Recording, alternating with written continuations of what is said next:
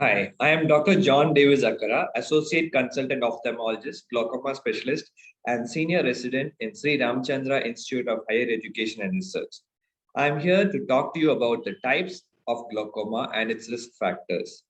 The types of glaucoma include open angle glaucoma, angle closure glaucoma, normal tension glaucoma, glaucoma in children, pigmentary glaucoma. These are the main types. There are multiple other types which are rarer. So, open angle glaucoma is the most common form of the disease.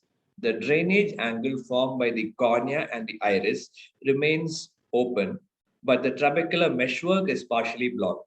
This causes the pressure inside the eye to gradually increase. This damages the optic nerve. It happens so slowly that you may lose vision before you are even aware of a problem. And this is why glaucoma is called the silent thief of sight. Another type of glaucoma is the angle closure glaucoma, also called the closed angle glaucoma. It occurs when the iris bulges forward to narrow or block the drainage angle formed by the cornea and the iris. As a result, the fluid inside the eye cannot circulate through the trabecular meshwork and the pressure increases. Some people have narrow drainage angle, putting them at an increased risk for angle closure glaucoma. Angle closure glaucoma can present as an angle closure attack when this block suddenly increases the pressure, and it can present with severe pain, watering, redness, and even pain severe enough to cause vomiting. So that is called acute angle closure attack. That is a medical emergency. To treat that, you will have to immediately come to an ophthalmologist. They will reduce your eye pressure and ultimately do a laser procedure on your eye. Another type of glaucoma is called the normal tension glaucoma or the normal pressure glaucoma. In normal tension glaucoma, your optic nerve becomes damaged even though the eye pressure is within the normal range. As a reference, the normal eye pressure is considered to be between 10 to 21 millimeters of mercury. This is measured by your ophthalmologist using various devices such as a non-contact tonometer or an applanation tonometer.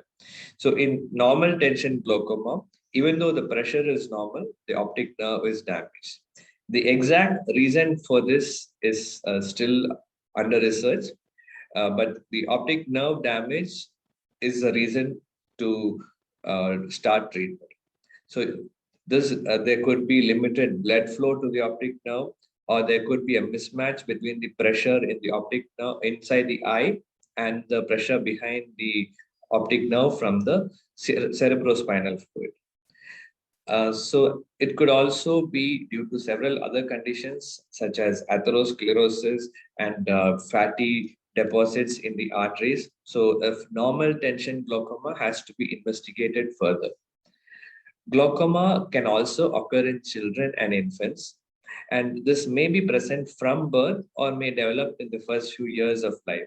The optic nerve damage caused by this can permanently cause a poor visual outcome in the children. So it is very important that children suspected to have glaucoma are brought to the attention of an ophthalmologist as early as possible.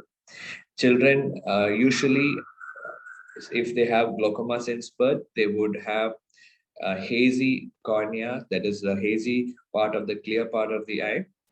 They would have watering, they would have, while growing up, their eyes might become much bigger. So these are all reasons you have to consult an ophthalmologist early.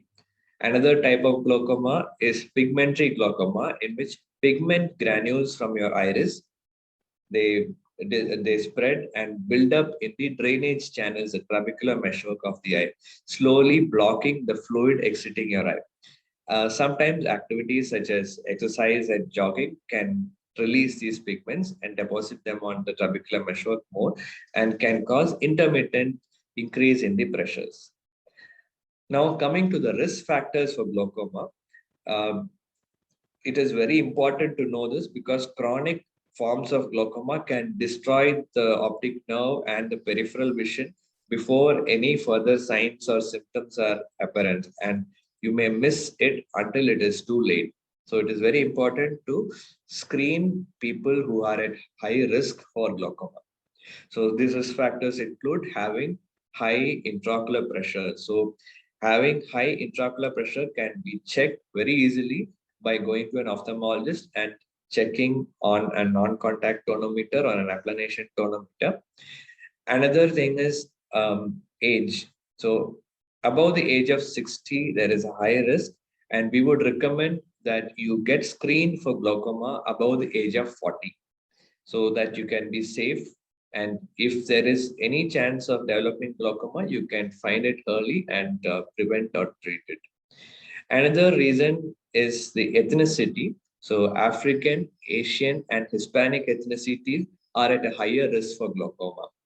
Another reason is a family history of glaucoma. So if anybody in your family, especially close relatives, are having glaucoma, it is a high risk factor of you also having glaucoma. So it is very important that the family members of those who have found to have glaucoma are screened for glaucoma. Another thing is having some medical conditions such as diabetes, heart disease, high blood pressure, and sickle cell anemia. So those people who are having certain comorbidities such as this, please do get screened for glaucoma. Having corneas that are thin in the center is also a risk factor. This is also measured by the ophthalmologist using a pachymeter. Another reason could be being extremely nearsighted or far-sighted, so that if your glass power is very high, if it is very high in the minus range or very high in the plus range, those are both risk factors for glaucoma. Having an eye injury or some types of eye surgeries is another risk factor. So if you have had an injury, very commonly people come with a ball hitting the eye and they feel better soon and they just ignore it. And later, after a few months or years, they are found to have glaucoma. So it is very important if you have a eye injury to get screened for glaucoma at an ophthalmologist. Some types of eye surgeries can also increase the risk for glaucoma. So your doctor would tell you to check your eye pressures and get reviewed with a few months. So please follow the review advice as told to you. Some medications, such as corticosteroids, especially steroid eye drops used for some treatments, can also increase the eye pressure and cause glaucoma. So, if you are using any eye drops, please make sure that you do it under the recommendation of a doctor. And if you are advised to stop the medication after some time, please do stop it. Don't continue the medication for a long time.